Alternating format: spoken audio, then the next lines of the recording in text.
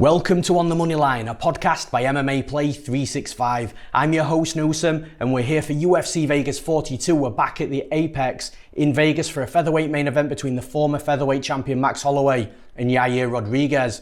This is going to be a really fun fight for as long as it lasts. I think it's going to be backwards and forwards, especially early on. The betting line is really wide. There is an argument that it might be too wide, but at the same time, I completely understand it because I think outside of Alexander Volkanovski, Max Holloway just runs through every single fighter in the division. We saw what he did last time out against Calvin Kattar. He absolutely ran through him. I thought Calvin Kattar was a live underdog in that fight, but man, Holloway just turned up. Over 400 strikes he landed on Calvin Kattar. He put an absolute clinic on him. And the thing is with Max Holloway, I'm not saying that Yair Rodriguez is going to go into this fight and try and take him down, but Holloway's got godlike takedown defense, and if you do somehow manage to take him down, he'll just stand right back up. His get-up game's solid. So for Yair Rodriguez, this fight is going to have to take place on the feet. Max Holloway won't be looking for takedowns. Like I said, I don't think Yair will either, but just maybe as a plan B, if it's not working out for him on the feet, I don't think there is a plan B. I think Max Holloway is going to tune him up on the feet. It might be close early on in this fight. Yair Rodriguez is a dynamic striker. He likes to kick heavy, but he's got to stay at distance and he's got to constantly be on his toes, exiting, angling back into the center of the cage. He can't get caught up against the cage where Max Holloway likes to pin his opponents, just to start unloading volume, accumulation of volume. Holloway doesn't have that one-punch knockout power, but he does have knockout power, like I say, in the accumulation of volume. Holloway's got to be on his toes. Yair is going to be on his toes for sure. Like I said, trying to get out of that danger zone against the cage, back into the center of the cage. I think it's going to be a difficult job for him. Like I said, he might have some success early on, but eventually that pace, that pressure, that volume of Holloway is going to get to Yair Rodriguez. I think there's levels in this featherweight division. I think Holloway and Volkanovski are in that conversation for sure at the top of the division, but outside of that, I don't think there's any fighter in the division right now that's going to be beating Max Holloway. I don't think Yair Rodriguez is going to beat Max Holloway. I'm picking Max Holloway to win this fight. The co-main event, we're in the heavyweight division. We've got Big Ben Rothwell versus Marcos Rogerio de Lima. And I actually think this is going to be a fun fight as well. There's two really big heavyweights, hard-hitting heavyweights, but I do think that Rothwell is going to be at a disadvantage here just from a volume perspective. You know, people forget that de Lima is a decent striker. He's got good Muay Thai. Yes, his cardio can be a bit limited, and when we are looking at the cardio, I think Ben Rothwell has got the slightly better cardio, but that's because he doesn't output as much volume, so it's a bit of a catch-22. Ultimately, I think that Marcos Rogerio de Lima is going to be the better striker here, the better technical striker, the fighter that's likely going to land more volume. From a power perspective, both fighters have got to be careful. De Lima can turn your lights off. Big Ben Rothwell can definitely turn your lights off. De Lima has got solid low kicks as well, and that's going to be a tool that he has to utilize in this fight because Ben Rothwell's movement is quite limited as it is, but if he starts getting off on these hard low kicks and hurts the leg of Rothwell, then it's only going to make this fight less complicated for De Lima the longer it goes on. I like De Lima's power in his combinations on the feet. They're not long combinations, but inside of boxing range, he will throw solid combinations. And like I said, when he's mixing in the low kicks as well, stylistically, I think he's going to be able to land some hard strikes on Rothwell. I think if De Lima can survive this first round, because that's where Rothwell's movement is going to be much quicker, much better. That's where his power is going to be as well in that first round. I'm not saying that Rothwell's going to gas out. I just think the longer the fight goes on, the more he slows down. And I think De Lima is going to have success the longer the fight goes on. If this fight goes to a decision, it could be quite close, but I'd still like De Lima to be winning that fight over 3 rounds, at least winning 2 out of the 3 rounds. I think De Lima's got more finishing upside as well. I'm picking Marcos Rogerio de Lima to win this fight. And in the next fight, we've got Felicia Spencer versus Leah Letson. An interesting fight stylistically, though. I think it favours Felicia Spencer all day long. Leah Letson actually is not that bad. She's a striker. She likes to keep the fight on the feet, even when the opportunity is there to get on top of her opponent. In the last fight we saw a couple of years ago, she decided to back off and let her opponent stand back up. She's got decent volume. She can be in and out of range, but she can also be got at. Felicia Spencer is more of a grappler for sure, but from a striking perspective, I definitely don't think that Letson's got some huge edge over Spencer. She might not have an edge at all. I think the striking, if I'm being kind, is probably going to be close, be quite even, But when it comes to the wrestling and the grappling, that's where Felicia Spencer is going to thrive in this fight. She's very aggressive. She's very strong and physical for the weight class as well. I think she's going to be able to get a hold of Letson. I think she can take her down. And if Spencer does get on top of Letson, I'm not sure how long Letson can last before she's either eating too many strikes via ground and pound or before Felicia Spencer finds a submission and gets her out of there. I think there's multiple paths to victory for Felicia Spencer here. If this is a 15-minute kickboxing fight, I like Spencer to win over 3 rounds. But this is mixed martial arts. I think Felicia Spencer is going to be able to get the fight down to the mat, and that's where she's going to have the most success in this fight. It gives her a finishing upside, more chance of winning via a decision as well by just having that top control time. I'm picking Felicia Spencer to win this fight. And in the next fight, we've got Roman Dolidze versus Kyle Daukaus. A really interesting fight from a grappling perspective because we're finally going to see actually how good Roman Dolidze is on the mat. Obviously, he's been in grappling tournaments. I think on his first fight in the UFC, I discovered that he'd beaten Nikita Krylov, submitted Nikita Krylov in a grappling tournament, and Krylov's legit on the mat, so that tells you where Dolidze's at. But he's a crazy Georgian and he's got wild striking. Again, cardio a little bit limited, but he's in your face, pressure. He's got hard kicks, hard punches. He will put combinations together when he does come forwards in bursts. His volume does take a little bit of a hit, and that might be where Kyle Daukaus can try and pull away in this fight. But I'm actually going to be picking the Georgian in Roman Dolidze. It's not going to be an easy task for him, but I think he can get Kyle Daukaus. And we saw Daukaus against Phil Hawes, and this is something that's really interesting because for as good as Daukaus is on the mat, Phil Hawes did seem to smother him the longer the fight went on. Daukaus' cardio again took a bit of a hit itself, something that I don't think, is spoken about enough with Daukaus in regards to that Phil Hawes fight, because I personally was surprised that he tired out. But once Hawes was on top of him, he laid heavy, he was good. Daukaus struggled to get back up to his feet. Sure, there was some armbar and triangle attempts along the way, but at this level in the UFC, it's going to be hard to come by to finish an opponent with an armbar or a triangle off your back in guard. So I think Dolidze can actually get this fight to the mat. The early stages of this fight, I do expect Dolidze to be on the receiving end of getting out volumed and picked apart a little bit. He might even get taken down early in this fight, but I don't think Dolidze is going to get submitted. The longer the fight goes on, I think if Dolidze can find some takedowns, get some top control time, I think he will be able to smother Daukaus on top. It's not going to be easy. The fight could be relatively close, but I do feel that Dolidze is a live underdog in this fight. I'm picking Roman Dolidze to win this fight. And in the next fight, this is one of my favourite fights on the card. We've got Yadong Song versus Julio Arce. And this fight for me is going to predominantly take place on the feet. I think it's going to be won and lost on the feet. If anyone's going to come into the fight wrestling and looking to get that top side control, it probably is going to be Arce. But it's not a focal part of Arce's game plan. He is a striker.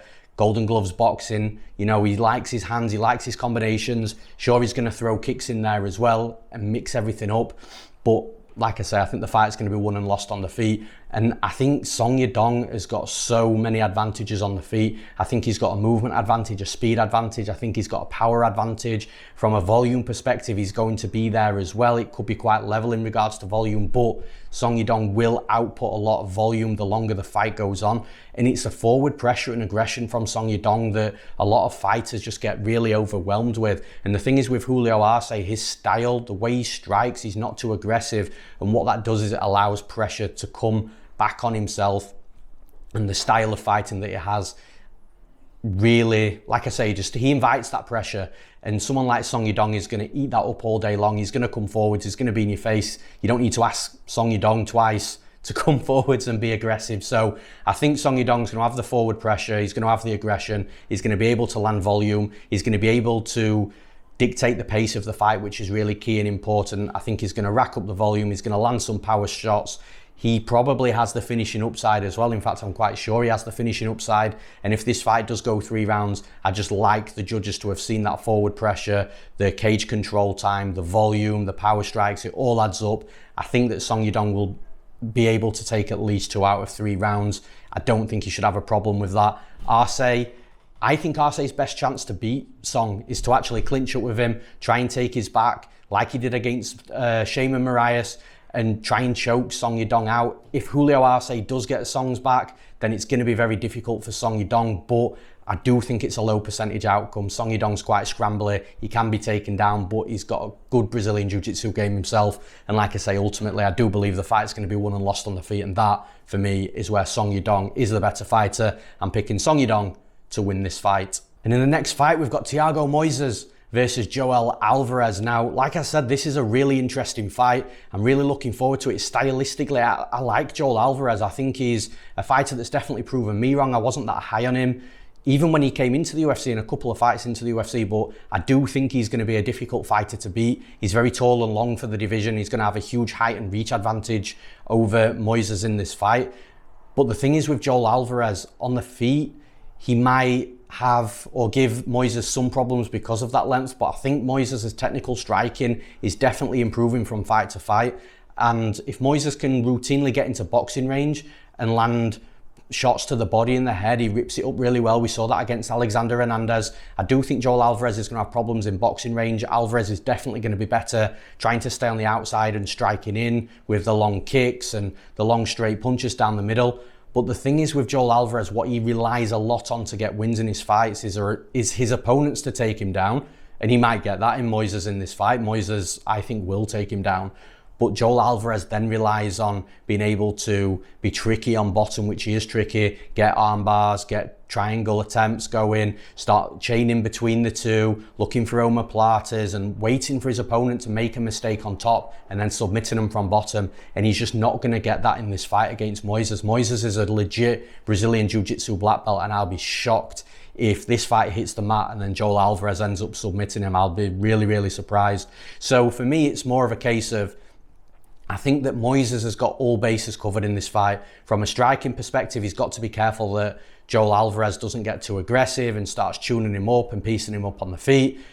I think Moises is going to be smart though. He's either going to be all the way out or all the way in. So all the way out to avoid the strikes from the outside, and all the way in to, again, avoid that kicking range and use his boxing inside of that boxing range to just start landing shots on Alvarez and making him feel uncomfortable. Like I say, I think Moises, if he takes him down as well, which I do anticipate him to do that, I don't think Alvarez is going to have the success on bottom trying to submit somebody like Moises like he has done in his previous fights. I think it's a good stylistic fight for Thiago Moises. I'm picking Thiago Moises to win this fight. And in the next fight, we've got Cynthia Calvillo versus Andrea Lee. Again, another really interesting fight. The betting lines are close. It's actually flipped as well. Andrea Lee was a small favourite, but now Cynthia Calvillo is the small favourite. So very interesting on the betting line for sure. But I actually think Andrea Lee is going to be okay in this fight. I don't think it's going to be an easy fight for her. I don't think it's going to be simple. There's definitely going to be moments where Cynthia Calvillo is looking like a decent fighter. Her striking has improved over the years,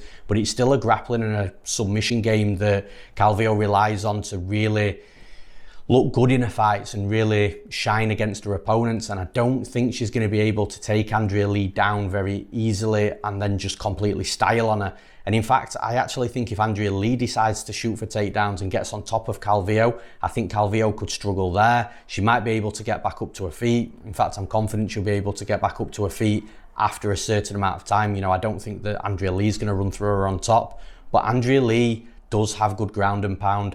On top, she can be tricky to deal with herself. And on the feet, I think Andrea Lee's got the better striking, the better Muay Thai. I just think it's going to be difficult for Calvillo. Calvillo's got to get her wrestling game going. She's got to close the distance and take Andrea Lee down. I just don't think it's going to be that simple. I'm actually quite surprised that the line has flipped in this spot. I do think Andrea Lee has an edge on the feet. In regards to the wrestling, I think it's going to be relatively close. I don't think either fighter is going to completely run through their opponent on the mat from a topside jiu-jitsu perspective.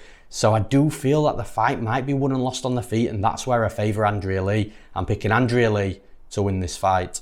And in the next fight, we've got the prospect who's just come off actually a really, really solid fight against Santiago Ponzinibbio. We've got Miguel Baeza versus Khaos Williams, and this is a really, really good fight. You've got Khaos Williams, who is an absolute bull inside that cage, comes out fast, comes out hard, he's got knockout power. You do not want to get caught clean by this guy.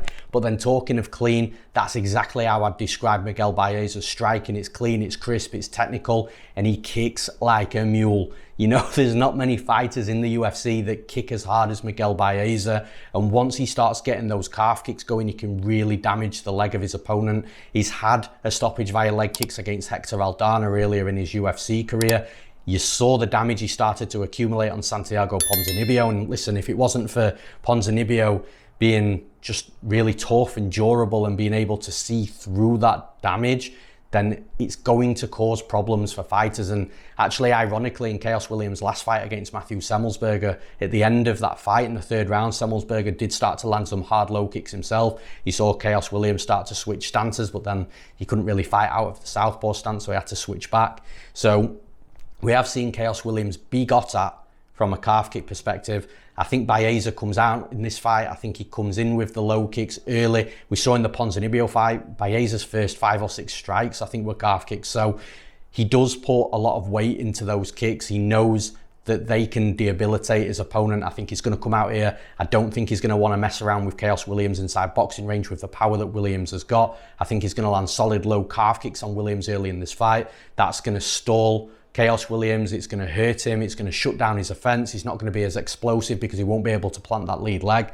And like I say, stylistically, it starts to favor Baeza, but that's only in the striking. Baeza can score takedowns. We saw him against Sato. He took Sato down. He didn't get him down straight away, but he stuck to it, readjusted his grip, got Sato down, and he's a black belt in Brazilian Jiu-Jitsu, Miguel Baeza. So I think if Khaos Williams does get taken down, we've seen him flat on his back, struggling to get back up to his feet. He's no submission threat off his back. So that's another path to victory for Baeza. I think Baeza, as long as he doesn't get knocked out, which, you know, in some cases can be easier said than done, especially with a guy like Khaos Williams. But I do think Khaos Williams has got a puncher's chance to win this fight, and not only a puncher's chance, it's a small window of opportunity to end that fight. I just think it's a low percentage outcome. I'm picking Miguel Baeza to win this fight. And in the next fight, we've got Sean Woodson versus Collin Anglin. Now, this is a betting line that I think is way too wide.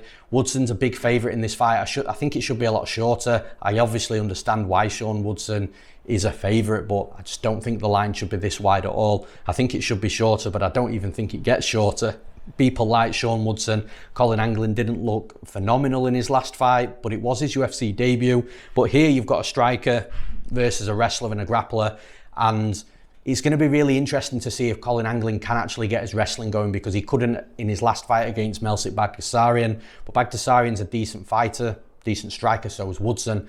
So it's going to be really interesting to see if Anglin can get that wrestling going. But it's not easy to take Woodson down. Woodson's really tall, he's really long, and like Dominic Cruz says a lot, you know, it's difficult to take these long guys down because it's almost like trying to take a table down, with the table legs always finding its feet on the floor, on the mat, so to speak. So it's going to be really difficult to take Woodson down. He can be taken down though, but it's just difficult. You've got to stay at it, you've got to be relentless, and you've got to do that over 3 rounds. The longer the fight goes on, the more likely you are going to score that takedown. But I don't think Collin Anglin has that relentless wrestling pressure like other fighters might have had to be able to get this fight down to the mat. I think he's going to struggle, but it's just a case of if Anglin does get him down. If Anglin does take Woodson down and he can settle him, then I think Anglin can do some good work on the mat. But if he doesn't, then I do think Woodson definitely pieces him up on the feet. He's a good technical boxer. He's really awkward. He can switch stances. He fires punches from the hips as well, so the strikes aren't telegraphed. It's really difficult to make your reads on that type of fighter. If this fight stays on the feet, then I do think Woodson will cover the wide betting line that I spoke about. But the reason why I'm saying the line's too wide is just because of if Anglin can get his wrestling going, then that betting line will just look like it's ridiculous. So it's a stylistic clash.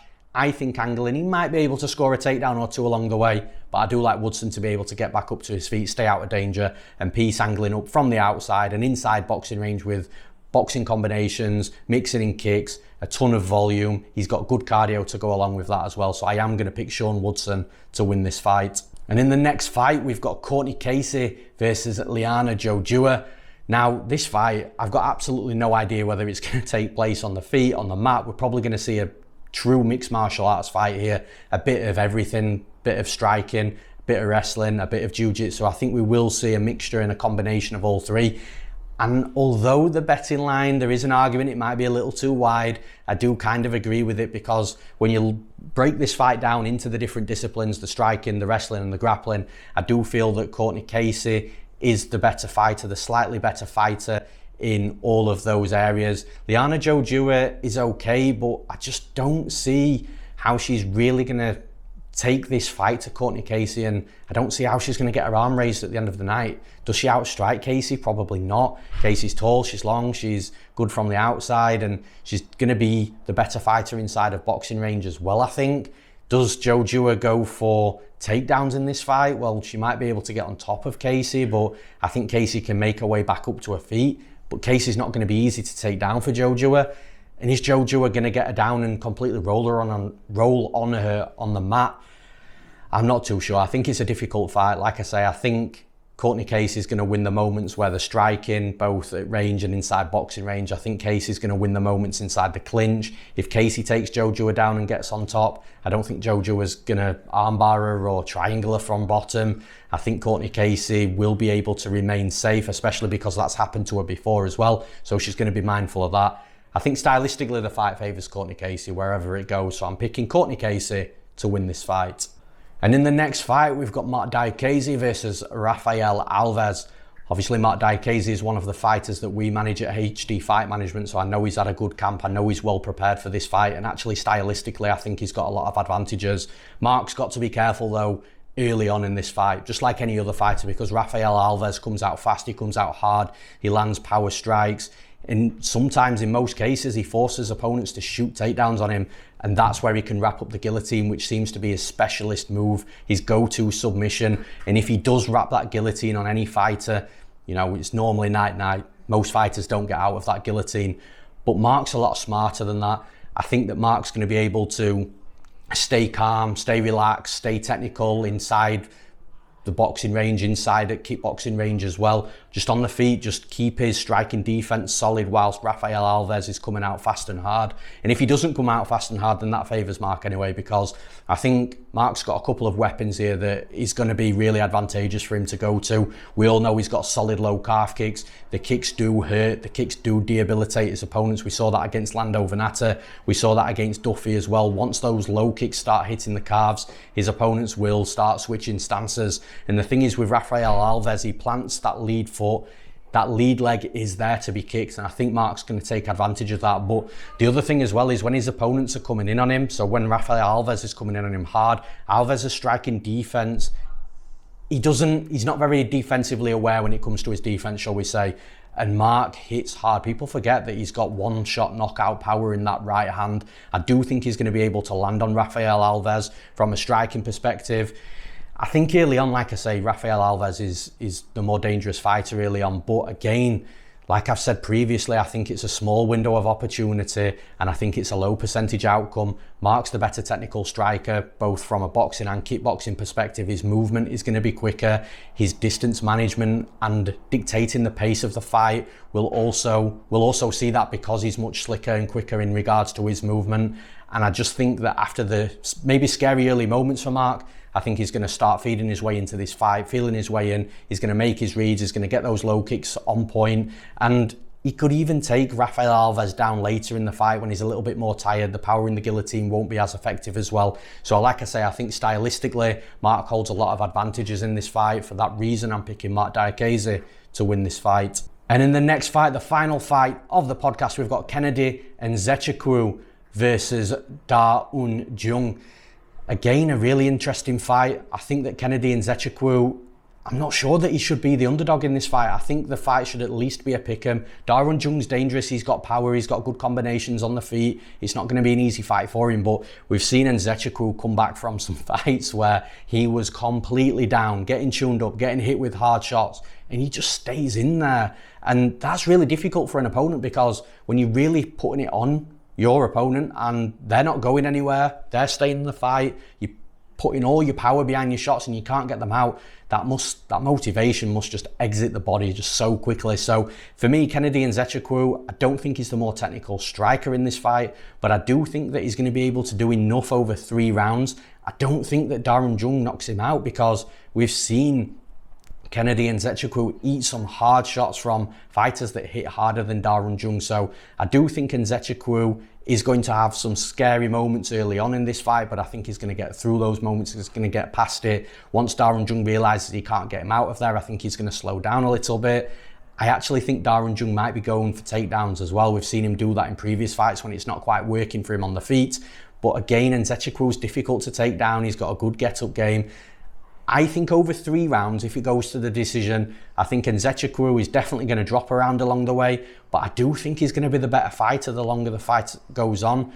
I think he's going to steal a couple of the later rounds. I'm not sure he puts Darren Jung out. I think it's going to be difficult to do that. So I do think the fight's going to go to a decision. It's going to be close, but I don't think that Kennedy Nzechukwu is at a massive striking disadvantage in this fight, where I believe the fight is going to be won and lost on the feet. I think Nzechukwu is going to be better the longer the fight goes on. I think he steals at least 2 out of 3 rounds. I'm picking Kennedy Nzechukwu to win this fight. And that's all for this episode of On the Money Line. As always, I appreciate all the likes to the video and all the subscriptions to the channel as well. Listen, if I've ever helped you win any money, win a bet with my analysis, with my predictions, then please just hit that subscription button. I really do appreciate it. And that's all from me. Enjoy the card on Saturday night. Starts a little bit earlier for the UK guys at 9 o'clock. And I'll see you next week.